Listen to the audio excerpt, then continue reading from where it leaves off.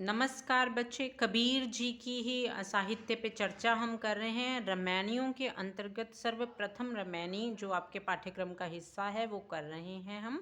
इसमें सृष्टि की उत्पत्ति के विषय में कबीर जी विचार कर रहे हैं। क्या कह रहे हैं? बरनऊ कौन रूप और रेखा, दोसर कौन आहि जो देखा। उस सृष्टिकर्ता का, निर्गुण ब्रह्म का वर्ण कौन सा है, रंग कौन सा है, रूप कैसा है, उसकी आकार कैसा है, दूसर कौन आही जो देखा। और उसके अतिरिक्त और दूसरा कौन था उस समय जो उसको निहार रहा था, देख रहा था। ओंकार आदि नहीं वेदा, ओंकार ने भी उसको नहीं जाना। ताकर कहो कौन कुल भेदा, कहो उसका कौन सा कुल भेद है, कौन से कुल में वो जन्म लिया है, ये किसी को नहीं पता। ना ही तारागण, ना ही रविचंदा।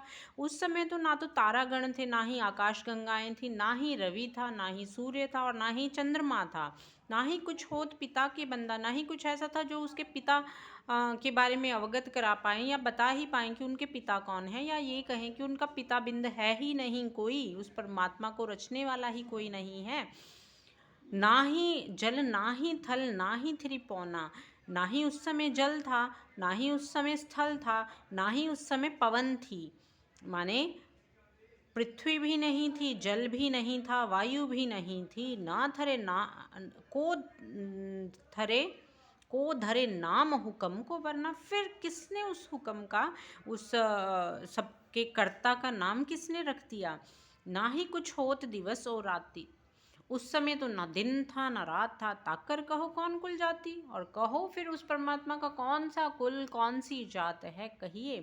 कहने का अभिप्राय, उस परमात्मा को कोई नहीं जान सकता। उस समय तो कुछ भी नहीं था जब वो था। अब साक्षी है, साक्षी माने साक्ष्य।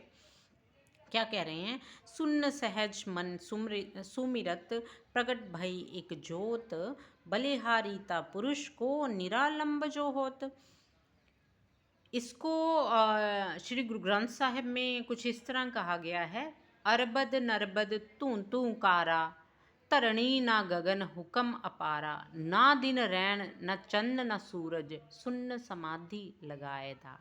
कहने का अभिप्राय, सुन्न सहज मन सुमृत। उस समय तो हर तरफ शून्य था, सन्नाटा था। शून्य माने खालीपन, जैसे आप कहो कि ब्लैक होल की तरह एक कल्पना कीजिए। उस समय शून्य था और उसमें वो परमेश्वर जो है मनन कर रहे थे, समाधि अवस्था में थे। वो मन के द्वारा ही उनके एक ज्योत प्रकट हुई। प्रकट भई एक ज्योत, बलिहारीता पुरुष को निरालंब जो होत। और मैं ऐसे पुरुष को, ऐसे निर्गुण ब्रह्म को, ऐसे परमात्मा पे बलिहारी जाता हूँ जिसका कोई भी आश्रय नहीं है। माने वो सभी का आश्रय स्थल है, वो किसी पे आश्रित नहीं है। अगली रामायणी पे विचार करते हैं।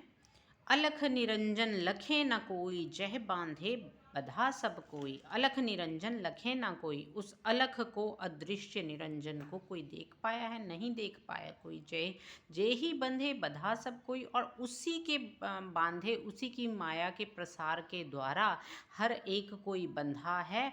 जे ही झूठे बधाए अयाना, झूठी बात सांझ के जाना।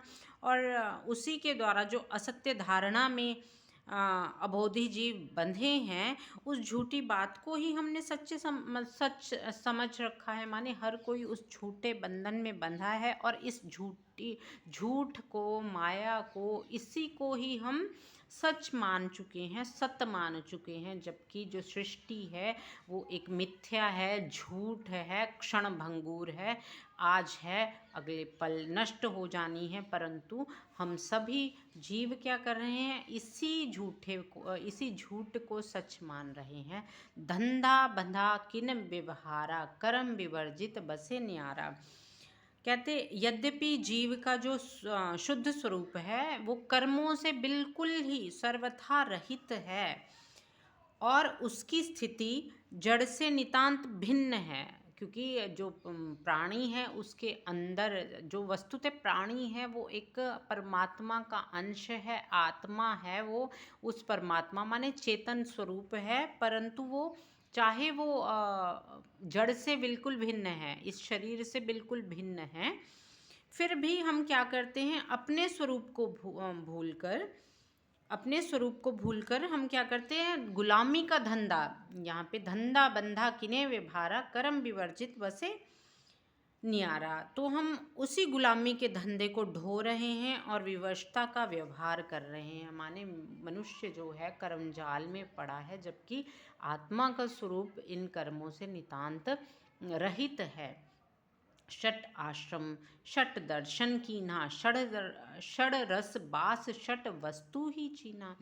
कहते कि जो हमारे धर्म है, या कह लो कि हमारी संस्कृति है, भारत की संस्कृति, वो क्या बताती है कि षट आश्रम, 6 आश्रम हैं। माने कि वस्तुतः एक मनुष्य के जीवन में 6 आश्रम आते हैं, जैसे कह लो कि बाल्याश्रम, गृहस्थ आश्रम, वृद्धाश्रम, इस तरह 6 आश्रम। और षड दर्शन, इस तरह ही 6 दर्शनों की भी रचना प्राणियों के द्वारा की गई है। 6 दर्शन बनाए गए हैं, 6 आश्रम रचे गए हैं। दर्शन माने सांख्य योग इत्यादि जो दर्शन हैं, जो हमें अध्यात्म का ज्ञान करवाते हैं। और उसी तरह षट रस, 6 प्रकार के रस कहे गए हैं। मधुर, कषाय, तिक्त इत्यादि जो रस हैं, माने जो हमारी जिह्वा चखती है।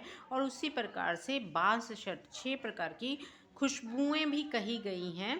तो इस तरह से निरूपण किया गया है। 4 वृक्ष छाव शाख बखाने, 6 शाख बखाने, 4 वृक्ष। और उसी तरह ही इसी के ही अतिरिक्त 4 वृक्ष, वेदों को वृक्ष कहा गया है। 4 वेदों की रचना की गई है मनुष्य के द्वारा ही, या कह लो कि वस्तुतः वेद चाहे अपौरुषे की कहे गए हैं, पर फिर भी सृष्टि का ही अंश हैं ये। तो 4 वेदों की रचना भी यहीं पे हुई है। और 6 शाख बखान, और इसकी 6 शाखाएं हैं। 6 शाखाएं कौन सी? वेदांग रूपी शाखाएं हैं। ज्योतिष कह लो कि एक वेदांग है, छंद एक वेदांग है।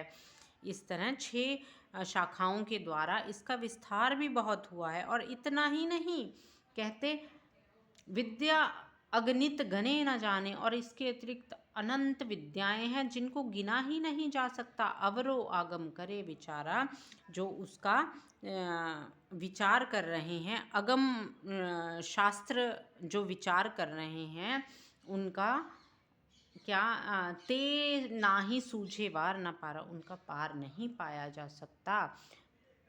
जप तीर्थ व्रत कीजे पूजा, दान पुण्य कीजे बहुदूजा। और इसके अतिरिक्त इतने शास्त्रों का ज्ञान होने के बाद भी अनंत तीर्थ, व्रत और पूजाएं भी मनुष्य द्वारा की जाती हैं। दान पुण्य और बहुत तरह के कर्म भी किए जाते हैं मनुष्य के द्वारा।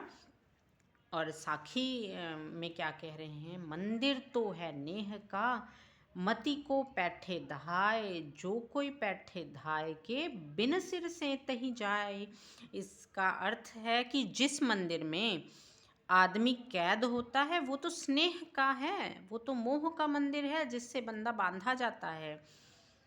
इसलिए हे कल्याण चाहने वाले पुरुषों, मनुष्यों, इसमें कोई भी दौड़कर मत घुसो। माने इसको हम ये सोचें कि स्नेह के मंदिर में हम बड़े जल्दी जल्दी भाग के घुस जाएंगे, तो दौड़कर मत घुसो। जो इसमें दौड़कर घुसेगा उसका जो है सिर सेती है जाहे, उसका सिर निश्चय ही कट जाएगा, उसका नाश हो जाएगा।